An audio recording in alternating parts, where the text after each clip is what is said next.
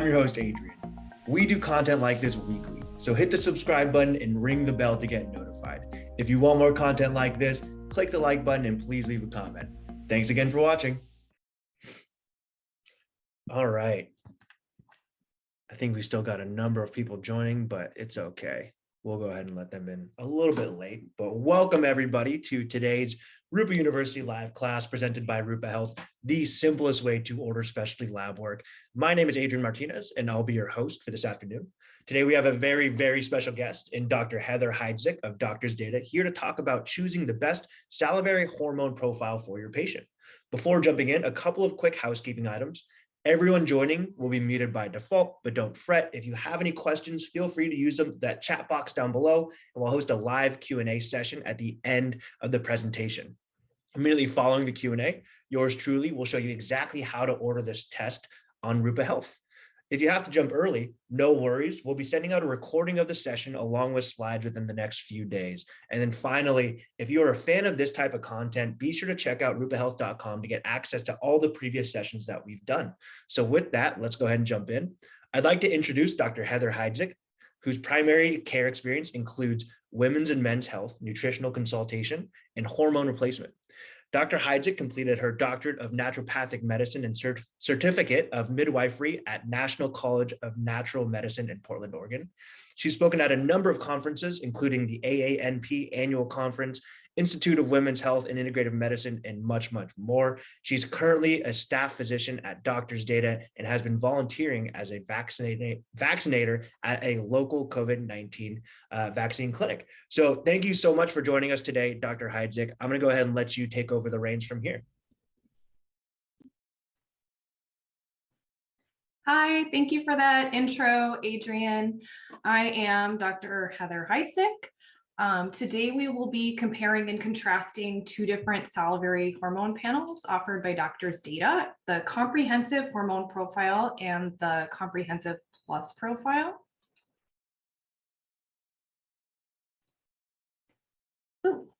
Salivary hormone testing can help elucidate hormonal imbalances that underlie a wide array of symptoms for both male and female patients. And the symptoms don't always predict the hormone levels, so you do have to test to know what the patient's balance is. The Comprehensive Plus profile includes more hormones than the Comprehensive hormone profile, but you don't need to test all of the hormones for every patient. And I'm going to help you narrow down which one is best for which patients. And we'll talk about important ratios between the hormones and what they mean. I'll show you how the two profiles helped two patient cases, and then I'll share some general treatment considerations that you can apply once you have your patient's results.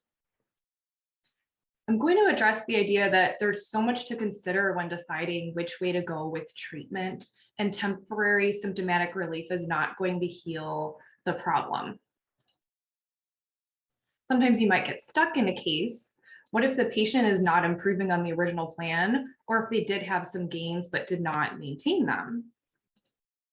It can be overwhelming when a patient is dealing with multiple problems, numerous types of imbalance that all need to be set straight to tackle their symptoms. And it's pretty common for multiple systems to be involved in a case.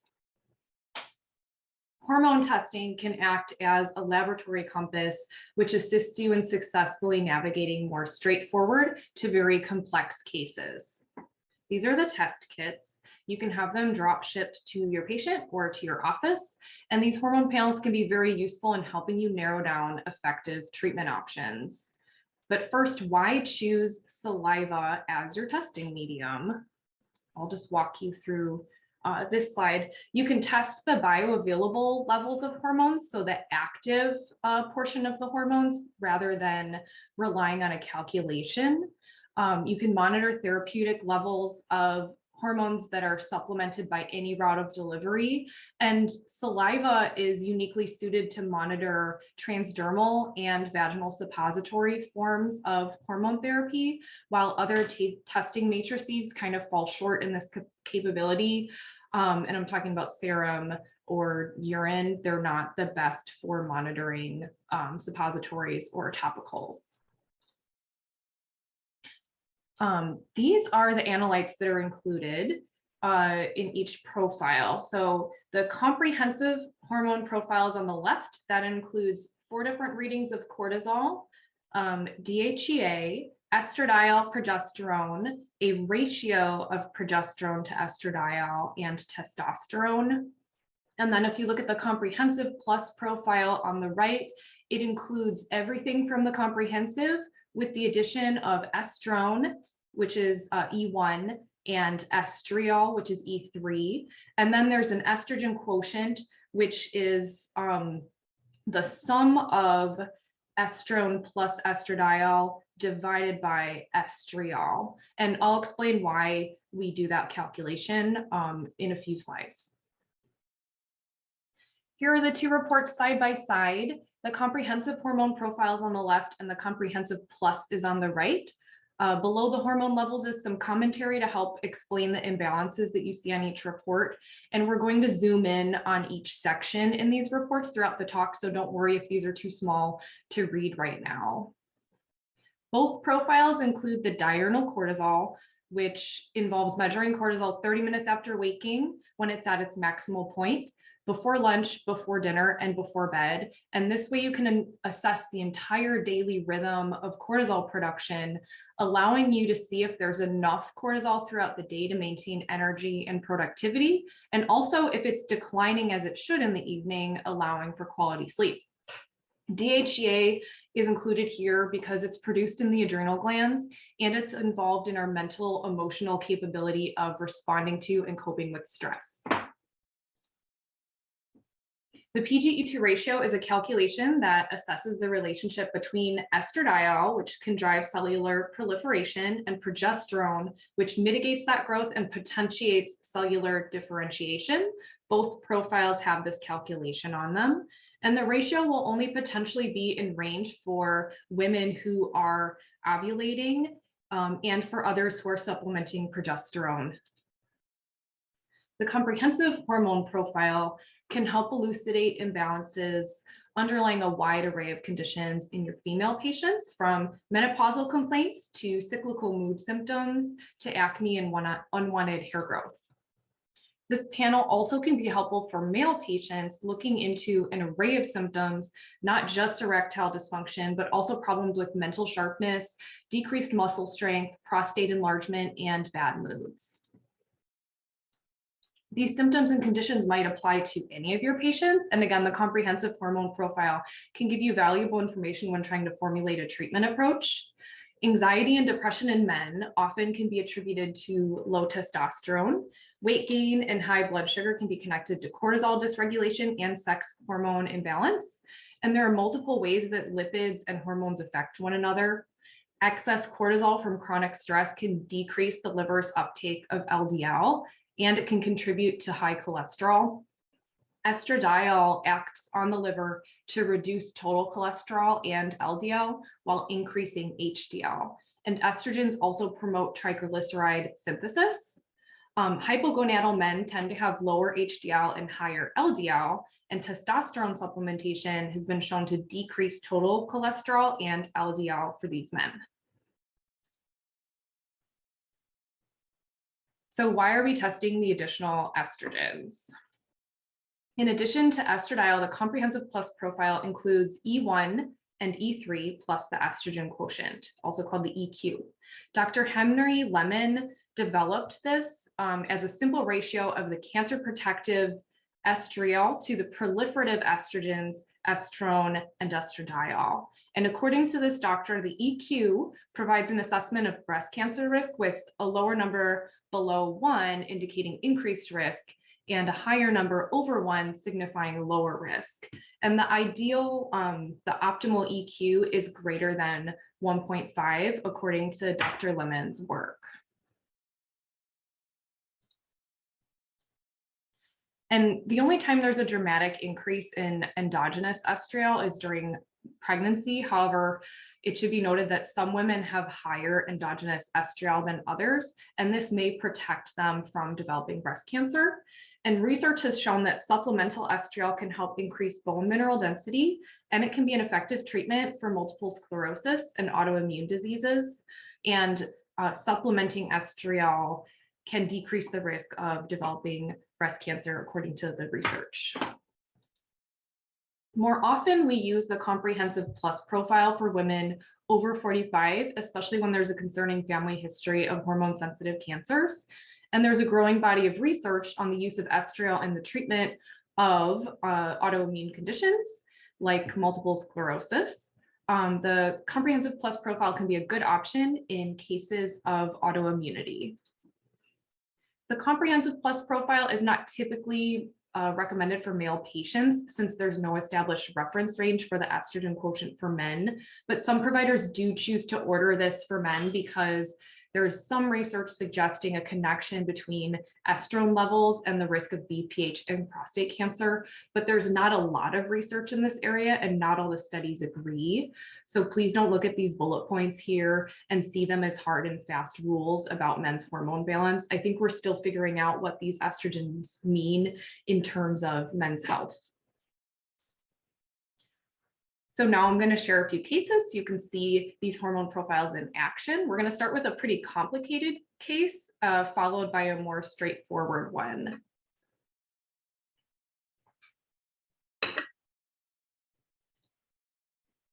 This is Bob.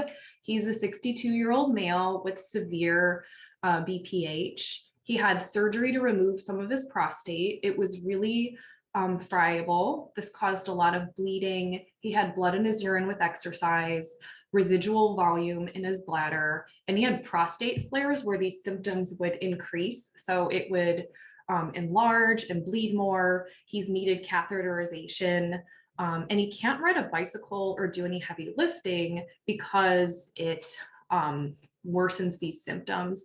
He's taking finasteride for urinary retention, and he also complains of low libido, decreased erectile function. He has Crohn's disease. His diet is pretty unhealthy, and he eats at a buffet multiple times per week. He was overweight, had prediabetes and hypertension, and he also was pretty stressed. He worked long days and had a long commute to work. So this is the complicated case that I warned you about, but for the sake of this talk, I want to zero in on a few of the key hormone-related symptoms that needed to be addressed for Bob. So everything I circled in orange are the typical symptoms of androgen insufficiency in men, like depression, feeling burnt out, and decreased erections.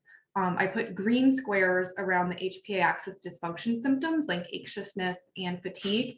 And the pink box on the bottom right is progesterone insufficiency. So basically BPH symptoms. Here's a clean copy of the symptom key for men, and you can use this to help you interpret cases. Hopefully you can see that.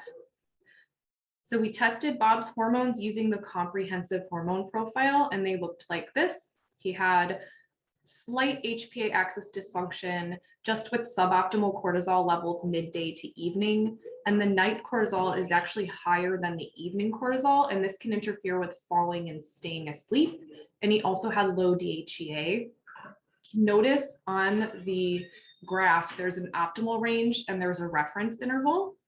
Cortisol levels are considered overtly high or low if they're outside the reference interval. So that would mean in the red or the blue zones. Suboptimal or superoptimal values are in yellow, and those are outside of the optimal range, but they're still in the reference interval. So this helps you fine tune your treatment intensity. You can kind of decide, do you want to treat something early and prevent it from getting worse if you see something getting into one of these yellow zones? Or does the patient have no symptoms at this time?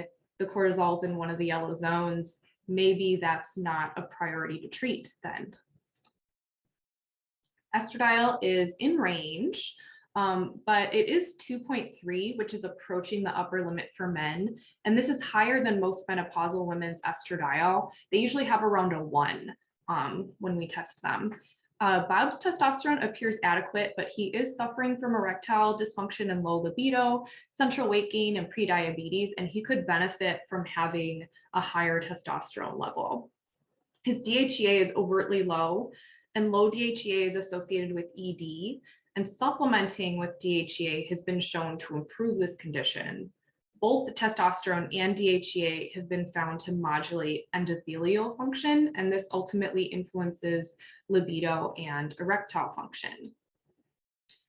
So now we're going to go into a little background on the intricacies of male hormone balance. I promise you it will be quick.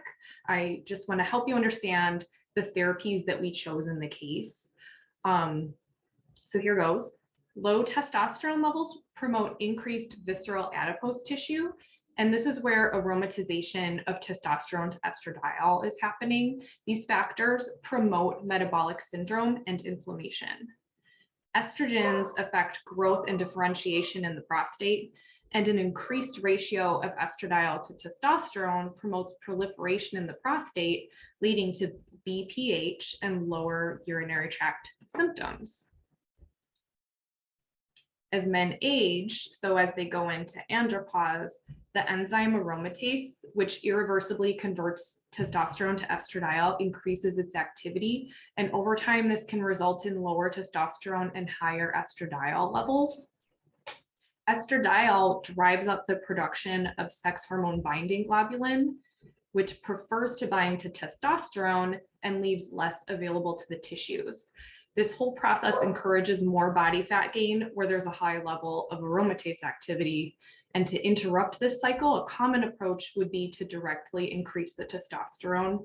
And keep in mind when you're looking at this cycle here, the up arrows and the down arrows indicate the hormones are being increased or being decreased, not that they will necessarily be overtly high or overtly low. Low testosterone may be a primary event in the development of insulin resistance because low T increases adiposity, which worsens insulin resistance. Adipose tissue produces leptin, and obesity lowers luteinizing hormone, and both of these result in reduced testosterone. And replacing testosterone has been shown to reverse insulin resistance. And this slide is relevant in this case because Bob does have prediabetes. We didn't end up prescribing testosterone for him due to personal preference, but we're going to recommend DHEA, which is the precursor to testosterone, and some lifestyle changes to support optimal testosterone levels. There was a 2008 epidemiologic study looking at the relationship between erectile dysfunction and metabolic syndrome and cardiovascular disease. And patients with ED can be considered lucky because they seek out treatment, which could lead to the discovery of metabolic syndrome and cardiovascular disease. Metabolic syndrome, in case you were wondering, is a group of factors that increases serious health risks, including stroke, heart attack, and diabetes type 2. And our patient Bob meets these criteria because he had increased waistline, hypertension, and he had a high fasting glucose. Falling testosterone levels are only part of the picture with andropause. You also have adrenal and thyroid hormones and neurotransmitter levels changing too, and these all can dramatically impact health. So a thorough workup for a male patient would include screening for all of these changes, but we're just going to focus on hormones today. All men produce small amounts of estrogen and progesterone, and the increasing aromatization with age can lead to estrogen dominance in men. The late Dr. John Lee coined this term for when the influence of estrogen is overshadowing that of other hormones. Estrogen dominance contributes to prostate enlargement involving symptoms of reduced urine flow, urgency, and frequency, and it may make men more vulnerable to developing prostate cancer. And this picture is demonstrating how the prostate cells are influenced by hormones like estrogen, which has proliferative effects promoting cell growth in both size and number. So what can we do about too much estrogen?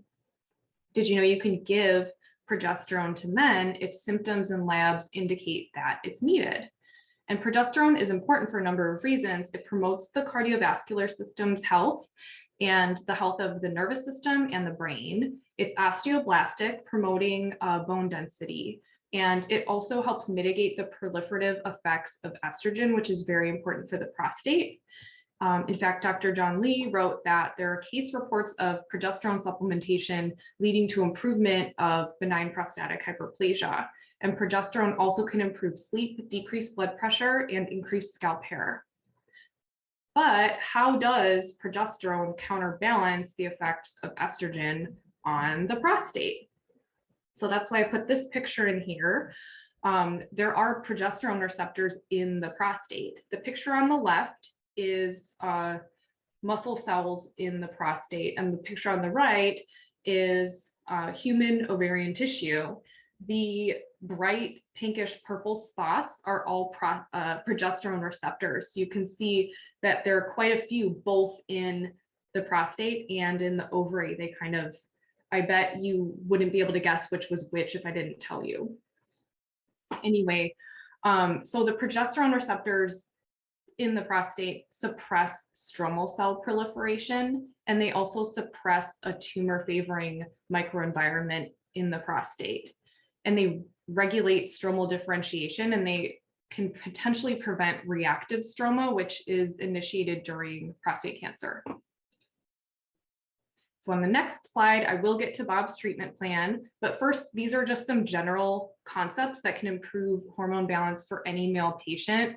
So basically, healthy diet that's low glycemic index, high fiber, branched chain amino acids in conjunction with exercise. Exercise can help maintain optimal testosterone levels, especially weight training or even moderate intensity endurance training. And then also, it's important to support the nervous system's ability to cope with stress in order to maximize the body's ability to produce testosterone. So I reviewed all of those concepts on andropause and male hormone balance to show you that diet, lifestyle, age, and metabolism are all working against this patient's hormone balance. And again, Bob's testosterone was not overtly low or even technically suboptimal, but it is being lowered by all the mechanisms we discussed. So we didn't choose testosterone supplementation in his case. I don't think it was absolutely needed, and he wasn't really willing to try it, but the DHEA was low. So by supplementing with 50 milligrams of DHEA, this can boost testosterone levels, and it can also help with libido and erectile function. And for the purpose of improving prostate health, we went with 12 milligrams of topical progesterone and 30 milligrams of the aromatase inhibitor chrysin. And we're treating the estrogen dominance both by balancing with progesterone and by preventing testosterone's conversion to estradiol. And this will also result in better testosterone levels. He's going to apply the creams to thin skin where they can be easily absorbed, and then we're going to ramp up slowly. So we're working together with Bob to set goals to find exercise he enjoys and spend 150 minutes per week total moving his body. We're encouraging him to follow that dietary advice I discussed on the other slide, and we want him to prepare his own food more and eat less restaurant food. So it's really important to create some nutritional guidelines that are easy for your patient to follow and the patient is willing to do. So we started simple here rather than going with a trademarked diet like the DASH diet or the Mediterranean diet. I didn't want to make it too confusing. Since adrenal and sex hormones are involved in lipid metabolism and they have influences on insulin and glucose levels, by addressing the hormones and including nutritional and lifestyle adjustments, we also created a holistic plan that impacts cholesterol and Bob's prediabetes status, given that the recommendations are consistently followed. So if you're looking at these numbers, the cholesterol got better, it got worse, and then it got better. And this just kind of reflects that it took the patient a while to adopt the dietary changes, but he did eventually get it. So this is kind of a low budget HPA access plan, but lifestyle change can be highly impactful and functional medicine doesn't have to be expensive. And with interventions like this, you don't have to worry about any drug-herb interactions. So alternating hot and cold hydrotherapy can help promote parasympathetic tone and its healing to the adrenals. Maintaining a dim or dark environment in the evening can help maximize endogenous melatonin production, and it can help bring down the bedtime cortisol level. And for our patient, Bob, he found that he liked that yoga instructor, Rodney Yee, and both he and his wife practiced yoga together. And I thought this was great because if you can exercise with a friend or a partner, it can really help someone maintain the habit. And earthing refers to walking barefoot on the grass or on the ground, and it's just another way to promote relaxation. So here's a more in-depth summary of all those general lifestyle support ideas to improve HPA axis health. You can use this as a handout if you would like. In Bob's case, since we didn't use any supplements for HPA axis treatment, I figured now would be a good time to go over that so you'd have these tools at hand. So the adrenal hormone report gives you a determination of the severity of the HPA axis function, which will be either phase 0, meaning it's fine right now, phase 1, 2, or 3. So as the numbers go up, the severity of dysfunction is going up. And this can help you appropriately match the intensity of your treatment to the level of the dysfunction. So in phase 1, you might see cortisol elevations like this one in the evening. And you can consider phosphatidylserine taken at the time of the elevation to help calm the cortisol spike. Vitamin support can be used for all phases of HPA axis dysfunction. And then you can also choose melatonin or phosphatidylserine for nighttime cortisol elevations in order to help your patient sleep better. And these are considerations we could add to Bob's treatment plan if the basic sleep hygiene recommendations weren't enough for him. When you reach phase 2, which involves suboptimal cortisol levels throughout the day, then we can add in adrenal glandular support or adaptogenic botanicals, or both. Phase 3 involves an overtly low morning cortisol level, and treatment considerations include all of the above, plus oral hydrocortisone supplementation if you are a prescriber. It's best to keep the total dose per day under 20 milligrams in order to avoid adrenal or immune suppression. So anyway, now that we've gone over all those treatment options, in our case, we did lifestyle support. So did it have an impact for Bob? And definitely it did. At his first visit, he weighed 190 pounds and his hemoglobin A1C was 6. 2 months later, he'd already lost 8 pounds. His libido was improving. He had improvement in digestive function. And as a result of the topical progesterone, he had less blood in his urine, more stable conditions. So he wasn't having as many prostate flares, and he was able to exercise more without that exacerbating his symptoms. At a 2-year follow-up, his cholesterol and triglycerides were improving. His fasting glucose was 82. He had less stress, less irritability, improved energy, partially due to having retired in the time and reducing the amount of stress in his life. His A1C had not changed that much, but he was down 30 pounds and he was cooking at home more. Unfortunately, in this case, the patient discontinued the progesterone and his prostate symptoms returned. What this did kind of confirm for us was that the progesterone was helping because he was better on it and worse off of it, but he wasn't willing to continue for some reason. What was the next thing I was going to tell you? Oh, that 2-year follow-up was I think around 2019. And the next year, his hemoglobin A1C got all the way down to 5.5. So it did take a while for him to make the lifestyle changes and the diet changes, but eventually he did improve things. So now we'll do our next case. This is a 55-year-old postmenopausal female, and this one's going to be quicker because it's a more straightforward case. But this one, we're going to use the Comprehensive Plus profile. So this is a patient we're going to call Jane. She was suffering from cognitive and mood concerns, fatigue, insomnia, vaginal dryness, and weight gain. She had a family history of breast cancer, which makes it important to look at the estrogen quotient. So the Comprehensive Plus profile is best for a patient like her. The symptom questionnaire that the patients fill out does not look like this, but I filled in Jane's symptoms on top of the symptom questionnaire so you could see how her symptoms might be interpreted in terms of hormone balance. Here's a clean copy of the symptom key if you want that for a reference. And this is the Comprehensive Plus Profile report for Jane, and we'll zoom in on each area and break it down for you. The demographic information is at the top of the report, and it includes the time and date of collection that the patient wrote down. And for women, the last menstrual period will show up here if they provided that information. And we also put any supplementation information up here, like if they're supplementing any hormones specifically. DHEA populates both on the adrenal report and the sex hormone report because it plays a role in both areas. So it's helpful to see that when you're looking at both sets of results. And we'll talk about DHEA in a little bit.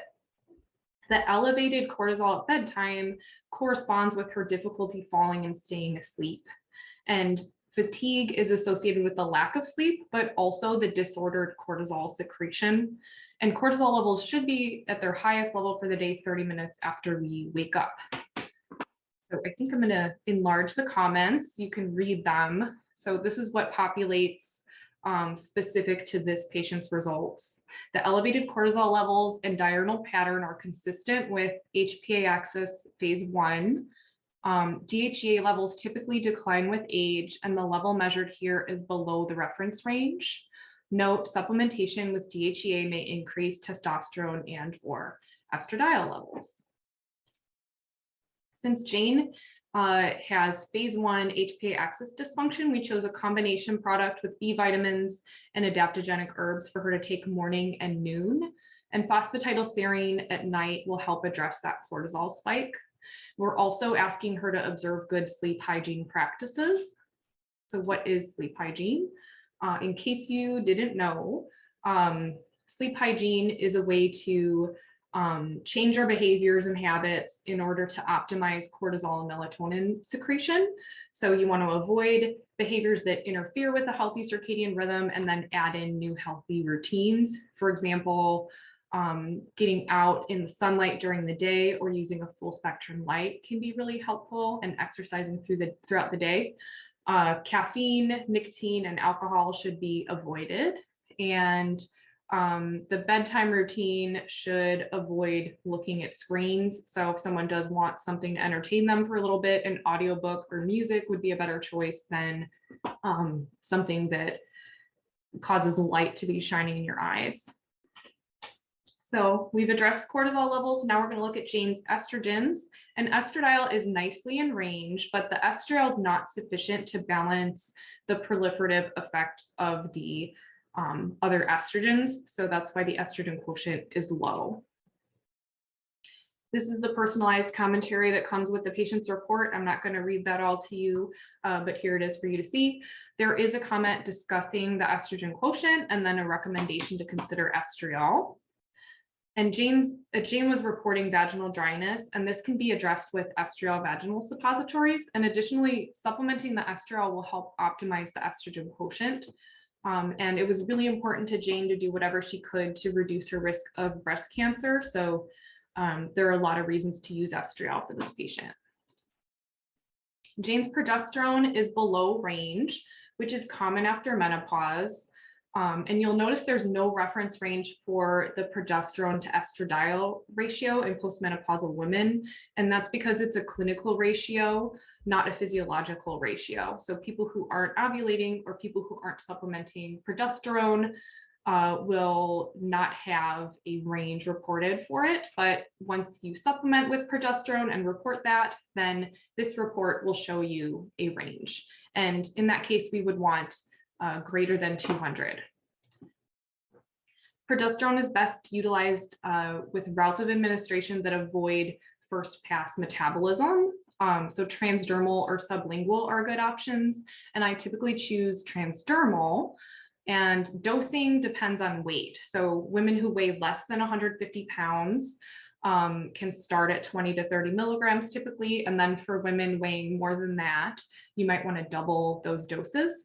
And when hot flashes and night sweats are particularly concerning for the patient, twice per day dosing can help smooth out the hormone fluctuations and treat that symptom better. DHEA levels naturally start to decline when we enter our 30s, so it's not surprising that a patient in her 50s had low DHEA. And remember that DHEA can convert to estradiol and testosterone. It's a prohormone. So before considering supplementing DHEA, I think it's good to look at the estradiol and testosterone levels and make sure that they're not elevated, because we don't want to do anything to push those any higher. But in Jane's case, those are not elevated, so supplementation is a consideration. She's going to be on 5 milligrams. PO means by mouth, and QAM means each morning. So this guy is really excited to hit those sheets, and I chose this picture to represent some of the main effects of DHEA, which are to improve energy, libido, and sexual function. And it also helps us adapt to stress and can help improve body composition.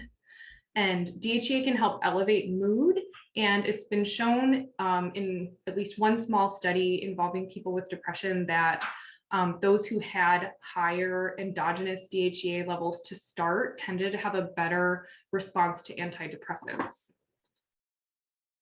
The hormones we gave Jane and Bob did not require a prescription. These are the over-the-counter hormones that are available in the US.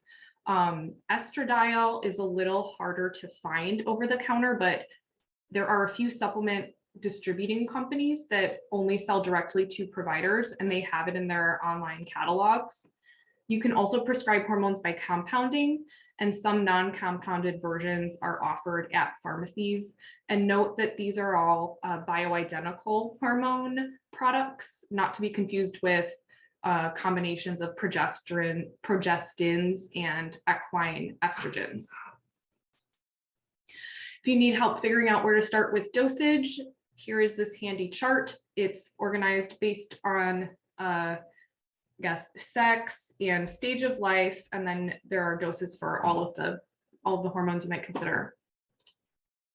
The route of administration, so how you deliver the hormone, really matters, both in how the therapy will be metabolized and used by the body, but also it needs to be considered when it comes to monitoring therapeutic hormone levels. I kind of alluded to this in the beginning. Salivary hormone testing is the one way you could monitor hormones delivered by all of these different routes of administration. And it's the best option if you're using topical or vaginal suppository hormones.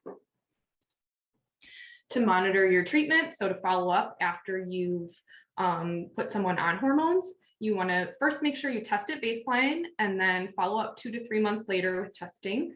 If you make a hormone dose change, you also want to follow up 2 or 3 months later. And then once you get symptoms under control and the levels look good, you can follow up every 6 months to a year. When you retest, please ask your patients to pay close attention to the dosage interval in order for their test to reflect therapeutic hormone levels. And that means that they need to wait a certain amount of time after their last hormone dose before they start collecting saliva. So for example, after applying transdermal hormones, patients need to wait 12 to 24 hours before starting to collect saliva, and they shouldn't apply hormones on the day of collection unless it's after they collect their last saliva sample for the night before going to bed. Another important consideration is when to collect, especially for cycling women. So women who still have a menstrual cycle, they need to test during the luteal surge. And this happens around day 21 of a standard cycle, give or take 2 days. If cycles are much longer, like maybe 35 days, count back 7 to 9 days from the end of the cycle. So that would mean testing on days 26 through 28. Night shift workers collect their first sample 30 minutes after waking, regardless of what time they begin their day. So again, make sure to go over all these collection guidelines with patients before sending them home with a kit. So that includes what day of their menstrual cycle they're going to plan to collect, how long they need to wait after the last hormone dose before collecting the first sample, and then also pay attention to the colors and numbers on the tubes so that the cortisol levels get plotted in the right order. So after patients finish collecting, they freeze the samples overnight, and then they can ship it the next morning. And when you get your report back, I just want to warn you about the possibility of this comment. It might say either progesterone or testosterone or one of the hormones levels is consistent with slow liver clearance. And this doesn't mean that there's something wrong with the liver. It's basically another way to say that more hormone is being supplemented than the liver can process, or the patient is receiving more hormone than they need. So we don't want to be making your treatment choices for you or suggesting to your patient that you're overdosing them, but slow liver clearance just means the hormone level is higher than it needs to be, and a dosage adjustment should maybe be considered. I hope this quick comparison of the comprehensive hormone profile and the comprehensive plus profile has been helpful to you, but you might still have questions even after we go over the Q&A at the end here. Or maybe you get a report back and you feel like you'd benefit from bouncing your ideas off another practitioner. So doctors, data staff, physicians, and scientific support staff are available to assist Rupa customers with clinical questions on test results. In conclusion, testing salivary hormone levels provides important insight into imbalances that can profoundly affect patient health. Hormone balancing is individualized based on symptoms, provider and patient preferences, demonstrated lab deficiencies, and clinical goals. You can choose either of the two profiles we discussed for any patient, but the comprehensive plus profile is best utilized for women with increased risk of breast cancer. Now we're on the question part. So I hope you have some good questions for me that I can answer. Awesome. Thank you so much for that presentation, Dr. Hydzik. We had a ton of questions that came in, so we can go ahead and just kind of jump right in. So when you were talking initially, this is, and just so everyone's aware, we're going to go ahead and go chronologically through these questions. So earlier in the presentation, we had a question that came in when you were chatting about testosterone. Was that free testosterone or total testosterone? If the question is asking about what kind of testosterone we're reporting in our salivary tests, it's only free testosterone. Perfect. Next question would be, how do you give the Estriol for MS, vaginal, topical? How is that provided? I haven't personally prescribed it for a patient with MS. And the doses for MS, I believe, are a bit higher than what you might be giving just to balance out the estrogen quotient. But I think topical could be a good option for that. Yeah, absolutely. The next question is, does doctors' data provide separate reference intervals for postmenopausal women on these labs? Of course, yes. So the report I showed you for the patient Jane, that would be the postmenopausal range. There are also premenopausal ranges.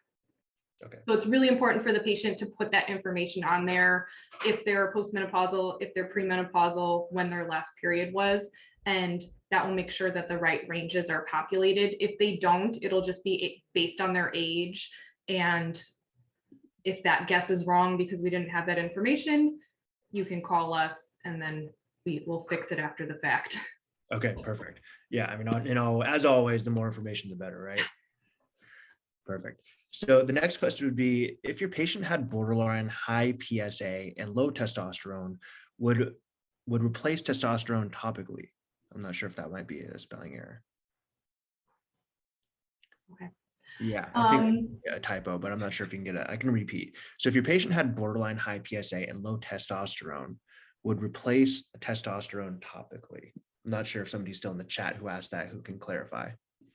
Okay. I guess, are they asking what's the best route of application for testosterone? Yeah, let's go ahead and go with that. Or I think there are two parts to the question. One, got it. Okay, so would you replace for testosterone? Someone? So they were able to hop in. They were able to hop in. Thank you, Anna, for jumping in. So Yes. If your patient had borderline high PSA and low testosterone, would you replace testosterone topically? So conventionally, I think that's something that would not be done. I think the conventional approach, the standard of care would be to not add testosterone to the picture when the PSA is coming up. I think depending on your style of practice and your understanding of men's hormone health and what research is there, you might be considering that. But really, it's going to be up to the provider and an informed discussion with the patient on risks and benefits. Also, I think topical testosterone can be a great option if there are female members in the household. You might think about other forms that wouldn't accidentally transfer to the women in the household. Perfect. And again, Anna, thank you so much for jumping in and clarifying there. So the next question would be, many patients request utilizing traditional lab companies because of costs. What are your thoughts on how do they compare in validity and cost? So I guess I'll go ahead and answer that one. Because this is something that's common that we get here at Rupa Health is not only do patients prefer it, but I'd say some practitioners, and it really honestly depends on your practice. With traditional labs such as the big boys, right, the Quests and the LabCorps, they're everywhere, right? And so I think maybe when you're thinking about just convenience, having the opportunity to have your patient go around the corner and find access to a phlebotomy and a blood draw location is one of the bigger things. And another complex question that you get into oftentimes with these more functional specialty labs, and it's not doctors' data in specific, but just in general across the landscape, is insurance. What's covered by insurance, what's not covered by insurance. And unfortunately, at this time, there's not a lot of transparency in terms of what will be covered by insurance. So with that, if you do have any questions specifically to comparisons, feel free to reach out to me. I'm more than happy to kind of talk about what the differences would be and why some practitioners might choose to go with the functional medicine route. So with that, let's move on to the next question. So what about using DIM in males to lower estrogen? Is that effective? I think that can be done. I don't think it's done as commonly for men. I would think more of progesterone, chrysin, DHEA, maybe DIM. Sorry, I don't have a good answer on if I've seen that directly work for a man. I just see it done less often. Yeah, no worries. And I'm always of the side that if you don't know, all the answers, don't know the answer, right? But absolutely. So the next question would be, are there any ways to get estriol levels up without taking hormones? That one's a hard one. The only thing DIM, this brings up DIM. One thing that women can take, maybe men, to help with the metabolism and balance of estrogens would be something like DIM or I3C. Does it directly raise estriol? I don't think so.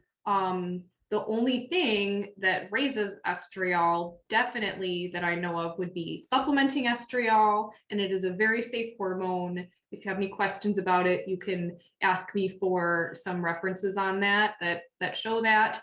It's not a hormone that promotes proliferation like the other estrogens, and it also can help with menopausal symptoms. The other thing that raises estriol levels is pregnancy.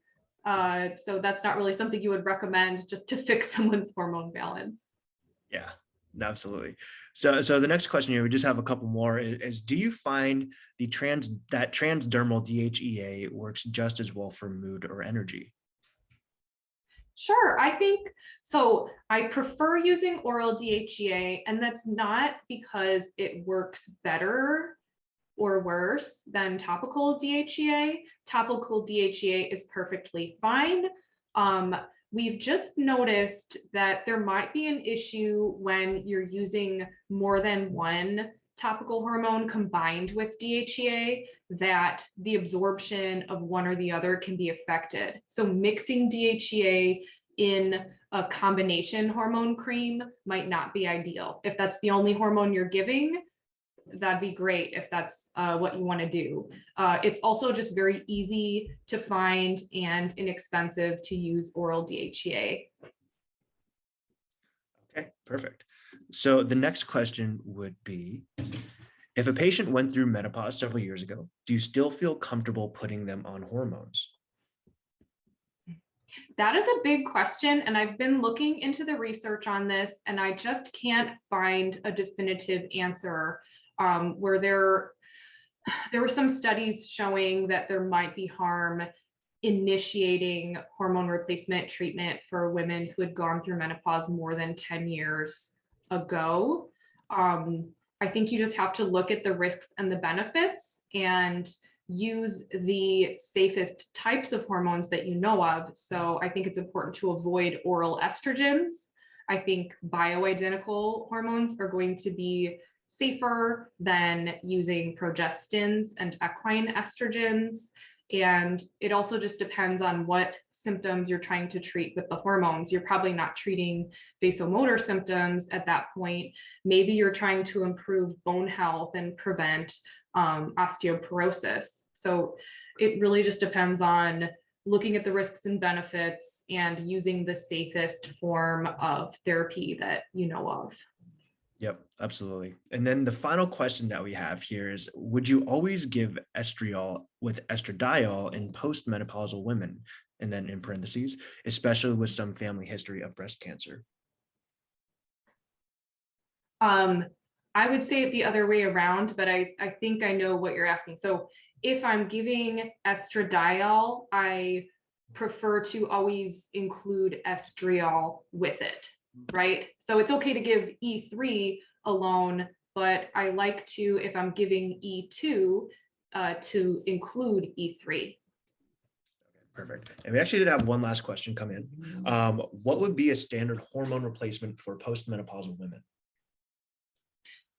That depends on what symptoms you're trying to treat and which hormones are out of balance when you look at testing. I think for postmenopausal women, I wouldn't just guess and give them a formula. I like to look at their baseline hormones first. But probably the most common combo people might end up on would be a topical biased plus progesterone. Some people might just need some progesterone. It really just depends on where their levels are starting.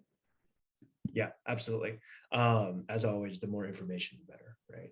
So with that, those are all the Q&As that came in, or rather all the questions that came in, all the A's from you, Dr. Hydzik, that came in from the chat. We appreciate you so much for jumping in. Are there any final thoughts or notes that you want to get out there regarding this session?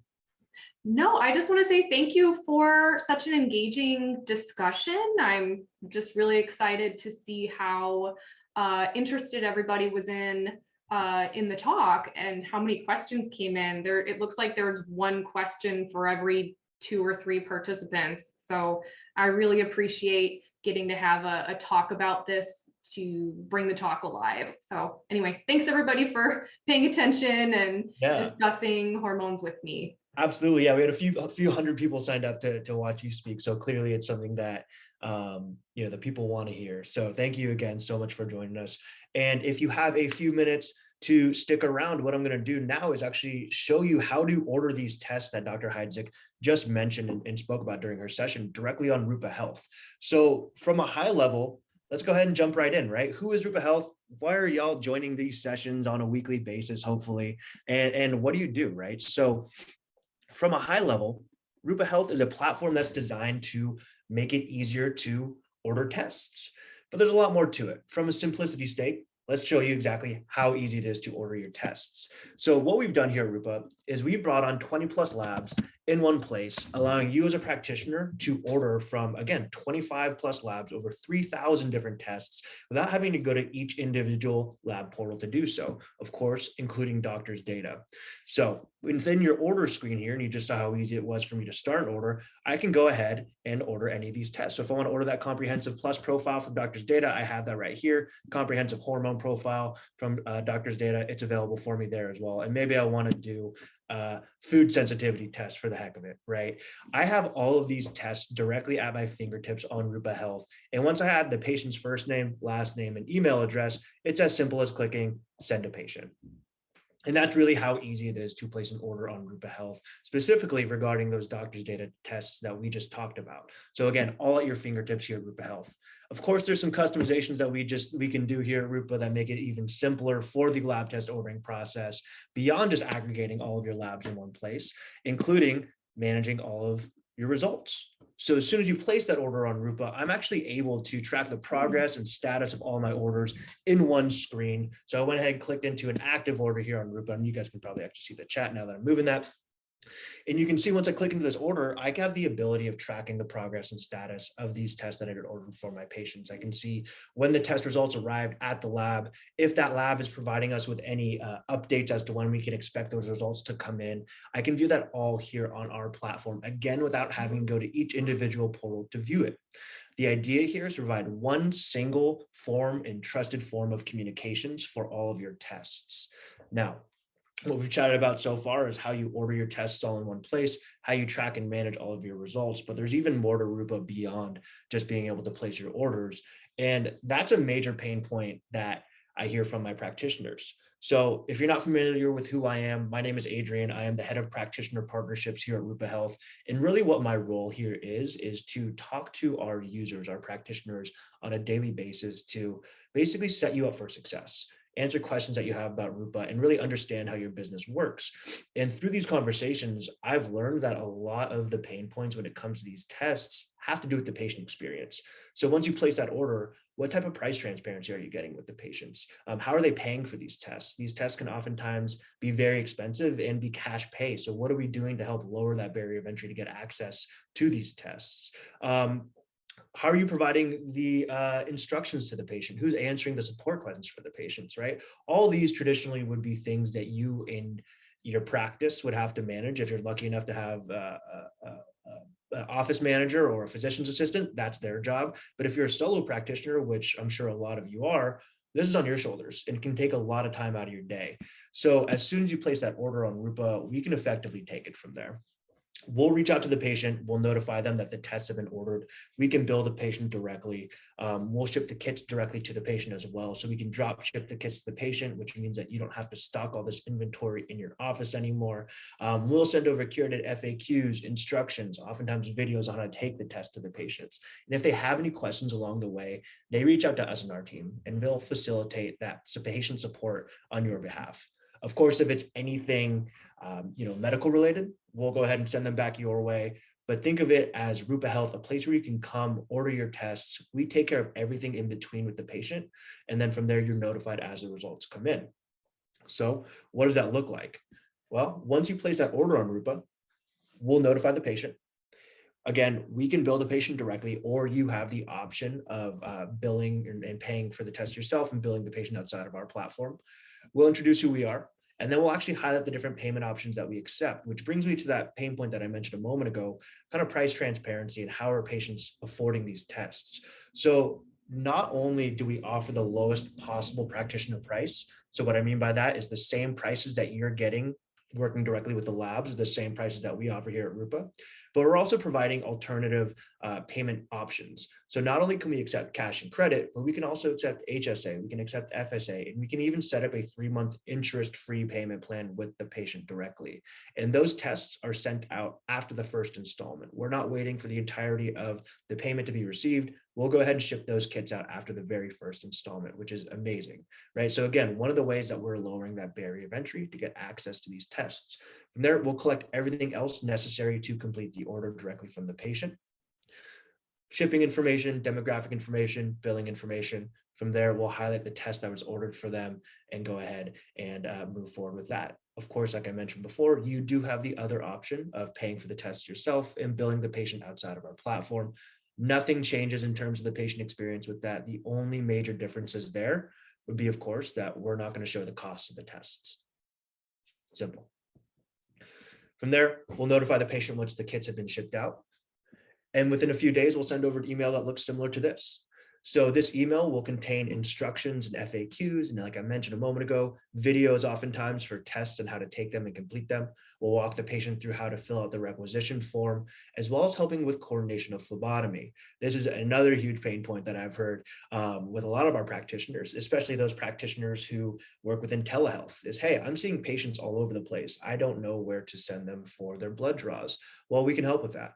So what will happen is if you are doing a test that requires a blood draw, we'll send over options based on the lab that they're working with. Otherwise, we'll send over, otherwise we can actually send over just your recommended place, right? So if you do, and if you are lucky enough to have a recommended blood draw location, we can send that to the patient. But if the patient does have questions, whether it's how to take the test or if they just want some additional options on where to go, let's say they want a mobile phlebotomist to come to their house, they can reach out to us and our team, and we'll facilitate answering those questions as well as providing them with additional options based on their zip code to provide them just with better support, better experience, right? At the end of the day, what we are looking to accomplish here at Rupa is providing an experience for everyone involved, especially with the patients and the practitioners, to give them something that is come to be expected in 2022 when it comes to technology, making it more streamlined, making it more effective and efficient, and providing that white glove experience to your patients that really everybody wants to provide, but maybe doesn't have the bandwidth to be able to provide. From there, we'll follow up with the patient.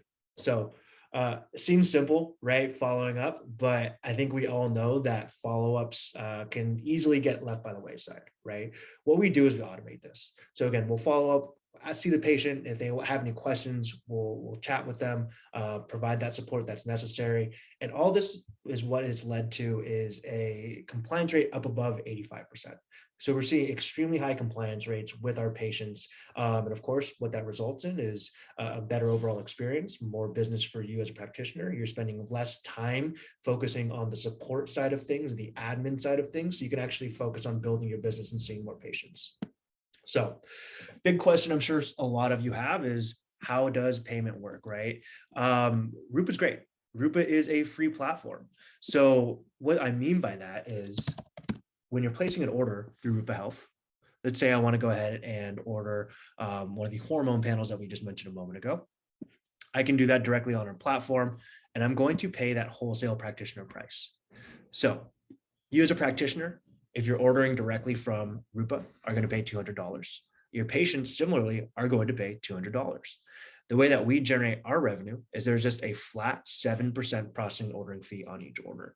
And that's paid for by whoever's paying for the tests. So what I mean by that is if you're having us bill the patient directly, they'll be the one absorbing this cost. In effect, for you, Rupa will be free. This 7% is the only way that we generate our revenue here at Rupa. There's no sign-up cost, there's no minimum fee, there's no subscription cost, anything of that nature. So if you're consistently having these orders paid for by your patients, then Rupa will be a free tool for you, which is pretty amazing, right? But beyond just a platform where you can come and order your labs and have that taken care of for you, a really, really important and core product that we are building out here at Rupa Health is education. You're all part of it right now. If you're still on this call, we're involved in what we call Rupa University. So we host these live classes on a weekly basis. Every Wednesday, 11 a.m. Pacific, kind of in the middle of the day time. So if you can't make it, no worries. We will always record them and upload them into our Rupa University library here, which is amazing. It's an amazing resource. You can come and learn about the ever-evolving landscape of functional medicine. Education is something that we know is so vital to this environment and something that we are looking to build out and we're super excited to build out. So Rupa University, come join them live every Wednesday at 2 p.m. Eastern, 11 o'clock Pacific. If you're available again, if not, we'll always record them and upload them into here. Beyond educational live classes, we also host boot camps. So if you are interested in joining a boot camp, we're partnering with Dr. Kalish on an upcoming boot camp. If you have any questions, let me know, but you can find that all in the education here. We have a podcast, additionally a magazine. So again, beyond just a place where you can come and order all your tests, think of Rupa as a platform where you can join and actually continue to learn and be a part of a community of functional medicine. So with that, again, my name is Adrian. I'm the head of practitioner partnerships here at Rupa Health. If you do have any questions or want to set up a call with me, my email is simple. It's just my first name, Adrian@rupahealth.com, ADRIAN@rupahealth.com. Feel free to reach out, schedule a call, whatever you need to do. I'm actually going to send an email out to all of you this afternoon. But if you have any questions, don't hesitate to reach out. And thank you all so much for joining us this afternoon. Looking forward to seeing you all next week.